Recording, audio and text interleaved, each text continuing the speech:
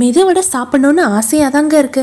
ஆனால் என்ன பண்ணுறது, என்ன பலகாரமாச்சே அப்படின்னு கவலைப்பட வேண்டாங்க.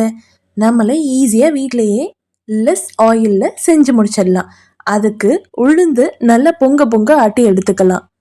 அதில் உப்பு சேர்த்துக்கிட்டேன்.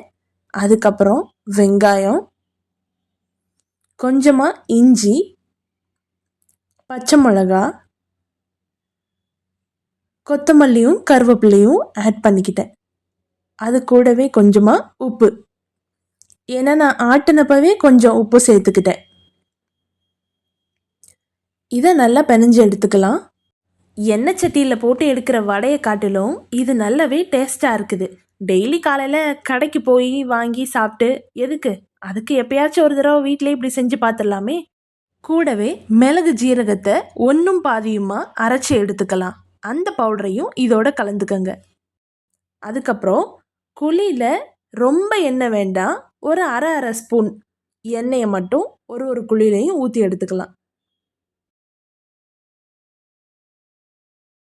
ஒரு 2 நிமிஷம் வெந்ததுக்கப்புறம் பின்னால் திருப்பி போட்டுக்கலாம். கரண்டியை வச்சோ இல்லை கத்தியை வச்சோ.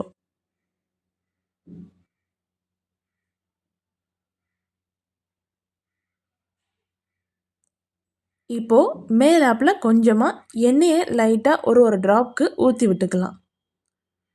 இப்போ 2 சைடும் வெந்துருச்சு. வெந்ததுக்கப்புறம் அதை நம்ம எடுத்துக்கலாம். அவ்வளோதான். ஈஸியான வடைக்கு சுருக்குன்னு ஒரு சட்னி பார்த்துடலாமா.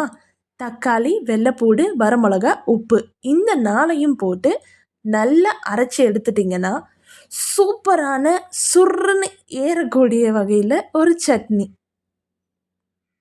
அவ்வளோதாங்க.